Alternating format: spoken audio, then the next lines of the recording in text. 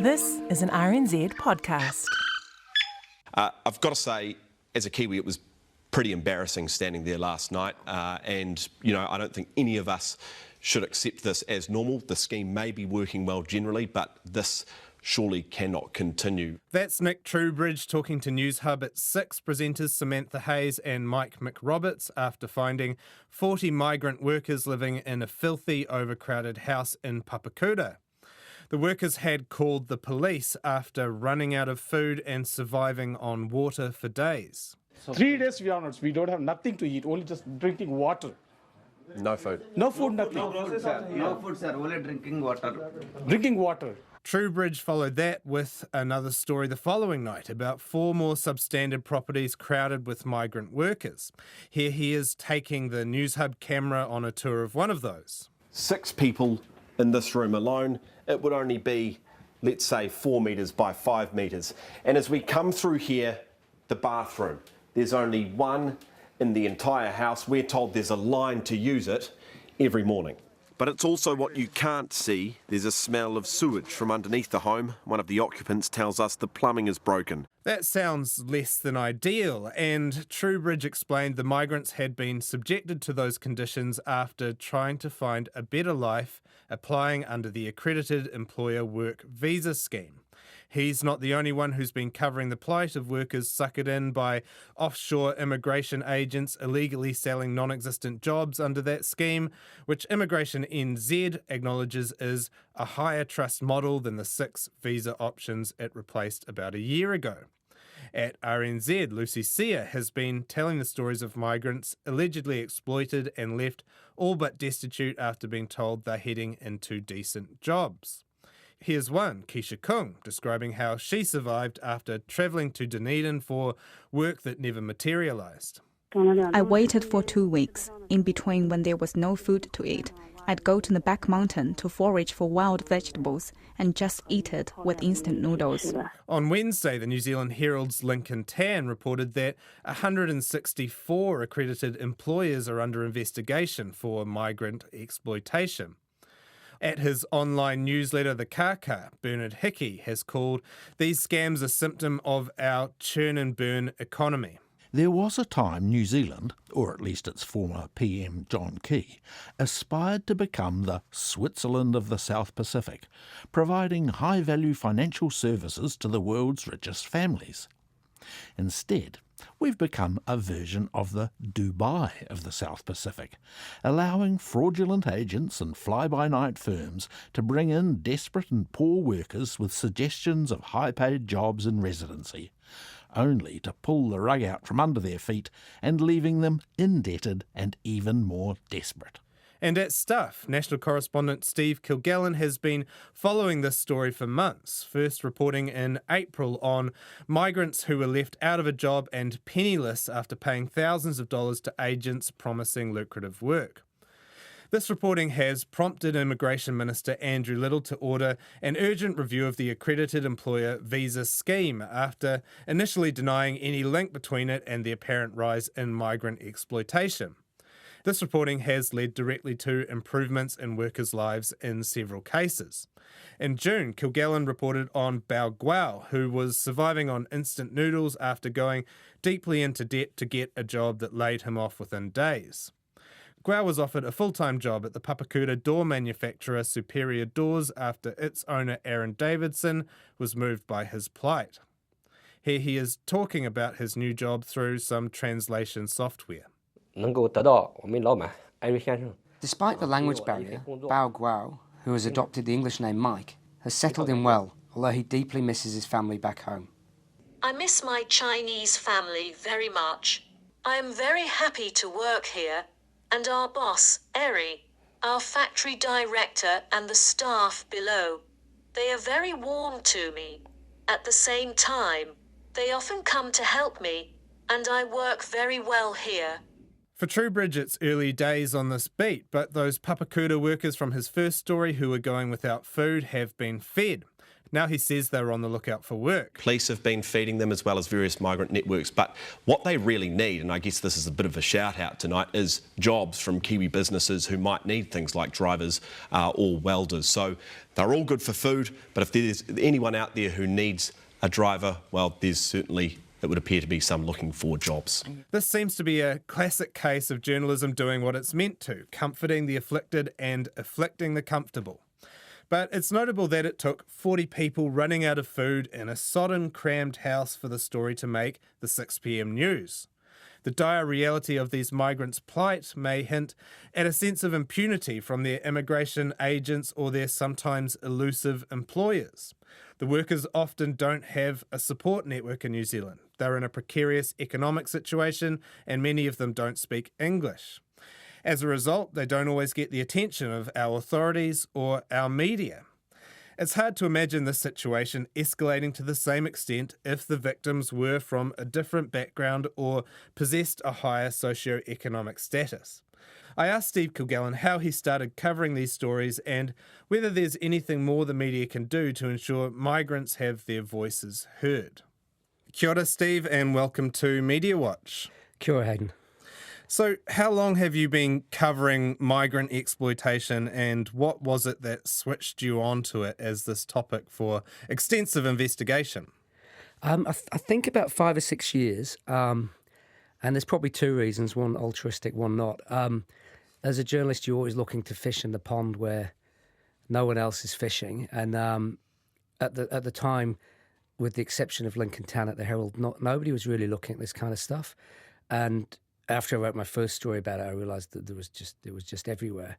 And the second reason, and people might not believe me, but it's true, is that I'm always interested in stories where you hope there might be a potential positive outcome from them if you expose something. And it struck me over time that some of these stories were having a good outcome for the people I wrote about. And if I kept writing them, maybe we might see some systemic change, but at least we'd see changes in the lives of these people who'd been brought here and sold a dream and, were left in horrific living conditions. Exactly. You say it's kind of been a fruitful area of study for you in some ways. There's been a lot of stories in this sector, but is it worse than ever now? I think we're seeing a lot more attention on it now than we have for some time. Yeah, I think it's a bit of both. There's some journalists doing some really good stuff, Dalipa Fonseca, Lucy Shah, Nick Trubridge this week. So I'm not the only one fishing in that pond anymore. But I think it's been there ever since probably National relaxed the controls on student visas when Stephen Joyce was the minister, and we got a massive influx of Punjabi Indian students moving into those quite questionable sort of business qualifications and then being churned out the other side into jobs where they were exploited. I just think at the time as a country we didn't pay a huge amount of attention to that, except when it was really thrust in our faces, like the time those guys were barricading themselves in a church and it made the headlines. But that was going on for quite a long time before people paid attention. It's just the manner in how these guys are exploited has changed over time as the visa system's changed, I think. Yeah, so it's kind of reached a tipping point now. Is that what's happened, that the accredited employer work visa has come in, that might have caused some extra problems and that has brought more attention to the exploitation of these migrants? I think so, yeah. The rationale for the accredited visa was that it tidied up quite a complicated system with six or seven different ways of bringing people in. But I think what it has done is made it a lot easier to bring people in. And when you make it easier for people and less hurdles to jump through, I think that makes it easier for you to exploit migrants.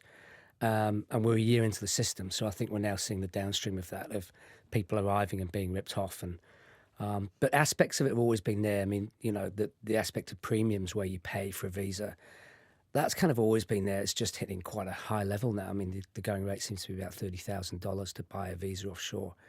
But yeah, it's as bad as I've seen it.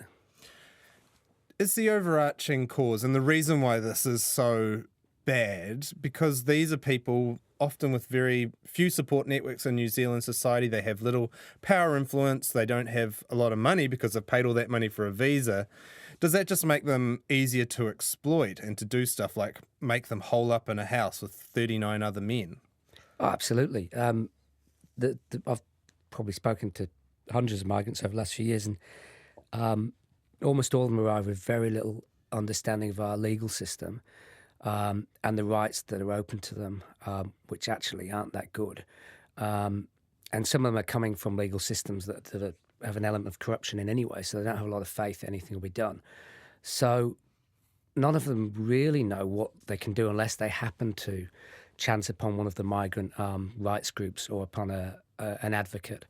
And that was my initial way into finding these stories. I've worked quite hard over the last few years to try and get links into migrant communities because, they're not the average reader. They're not going to ring you up and tell you about it. You've got to go and find them. Is there a little bit of a media criticism in that? Can you imagine these stories getting so bad? You know, Nick Truebridge this week, 40 men in a house in Papakura with no food. You know, if that was well-to-do Pākehā like you or I in these sort of circumstances. Oh, absolutely. I mean, I've got a working theory that our newsrooms sort of 10, 15 years ago particularly were very white, very middle class, and what we wrote about really reflected what was going on in Grey Lynn or Northcote Point. I think we've moved on a bit from that. We've diversified our newsrooms, and that's a great thing because we've diversified the stories that we find, because people write about what they know and what's around them. So I think we're getting better at that, but I think 10 years ago, collectively, the media were not good at it at all. And that's what I mean about fishing in a pond that no one's fishing in. I realised at the time that nobody was telling these stories. And I think one element of it is that it was hidden, right? We have a society that sort of functions on low-wage migrants running our petrol stations and our liquor stores. And we don't really look at the circumstances in which they're there working for us. And I think there's an element of collective blindness that we don't really want to know about it because it would expose their living conditions and that we're almost complicit in.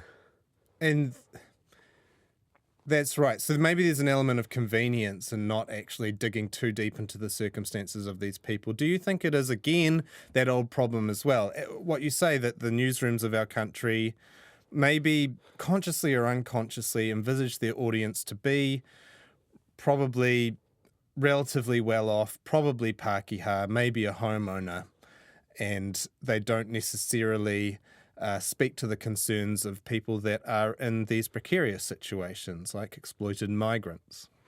I mean, why do we have big real estate sections in every newspaper in the country, you know? So it's probably not wrong as an assumption, but, you know, it's our job to speak to everybody in New Zealand, you know? And, you know, that sort of talks to how you tell the stories as well. I spent a lot of years writing about poker machine frauds, and I learned very quickly that the word poker machine is a massive turn-off to the audience. So how do you feed them the broccoli and still give them the cheese sauce, right? So you find a different way of telling the story. And there's an element of that with the migrant exploitation stuff, you know. I've spoken to people who go, "Oh, I didn't read your story because I couldn't follow the names. It was, you know, too many people called Singh in the story and da-da-da." And you've got to work with those sort of inbuilt prejudices and tell the story in a human way that you know, everybody in the country can relate to. Because ultimately, when I have done that well, I get a lot of emails from people saying, as a New Zealander, this disgusts me, this is not what I believe in. Can I help these guys? And genuine offers of help for people I've written about. So, yeah, how do you give them the broccoli but cover it with the cheese? And is that partly appealing to that New Zealand sense of fairness and justice, right? Because that's sort of what you did with Balguao recently, and he's got a job now, I guess, because of your reporting. Was that what you did there? Just like, this is unjust, we can do better? That is 100% what I tried to do, yeah. Over time, I've realised that you know, the issues are important, but you have to present a human face of the issues. You have to engage the audience, say, here is a person just like you, here is their backstory, here is how they've come to be here, generally through no fault of their own, the situation they're in. If you were them, you would have made the same decisions. Look at them now, this isn't fair. And then you can get into the system issues of why it's not fair. And in his case, absolutely. I mean, the morning that story ran, I dropped my kids at school and I'd had 5 phone calls, 10 emails already, like people genuinely saying, can we give him a job, can we help? And then Aaron Davidson, who ran a company in Papakura making doors, followed through and gave him a job, and Bao Guo's now gone on to a job that matches his skills. He was a carpenter. And that's a good outcome for him, but there's been plenty of others I've written about who've had terrible outcomes. Does the commercial media model that most of our organisations operate under make this difficult in a way? You mentioned that we all have real estate sections that fund our papers, and that's probably appealing to a well-to-do audience, and that's where the money is. And does that make it difficult to tell the stories of people that basically have no money and are in precarious situations? And is there a difficulty there? Does that make it harder to give people the broccoli with the cheese sauce, as you say? It does, but to be fair to Stuff, they've always allowed me to write about what I want to write about. So, you know, I've probably written about quite unsexy issues on the surface over the years, you know, liquor and gambling and migrant exploitation and fraudsters, and you know, none of it's particularly cheerful stuff, but they've allowed me to chase around after it because it's what interests me. So you got to make it clickable, though, right? Is that what the challenge is? Yeah. I mean, everything's got to be readable, right? We're not writing academic essays for our master's degrees, right? But if you're half decent as a journalist, then it should be clickable and readable, and the aim is that people will read it to the end. And my stuff seems to do pretty well. As does the other people writing in this area. I mean, Nick's had a lot of follow with that story this week, and good on him. So yeah, the challenge is always to make it very, very readable from the first sentence, and that's by giving the reader a massive dose of emotion in the first 3 or 4 paragraphs. How do you do that? Oh, well, in Bao's case, it was the fact that he had so little money, he was eating half a packet of instant noodles. Just for those lunch. little vignettes, right, of humanity that people connect to. Instant noodles, you know, surviving on instant noodles, or in Nick's case, you know, surviving on water. Yeah. So my question to them is always, how do you feel? And you always get an interesting answer. They'll always tell you how they're feeling and what the reality of their life is, and your job is to translate that into a way that's immediately catches people's attention, I suppose. You mentioned that you were the only person fishing in this pond for a while. Has it been encouraging recently to see Nick Trowbridge on the TV, Lucy Sia, Lincoln Tan, obviously, for a long time, these different people that are following this story and bringing it to more attention? Oh, I mean, on one hand, it's great. It's brilliant. It should be done. On the other hand, for me, selfishly, it makes it harder. I haven't got it to myself. And like you say, Lincoln was doing it before I was doing it, so all props to him. And when I started off, I was doing it with Dileepa Fonseca, who's a great journalist as well.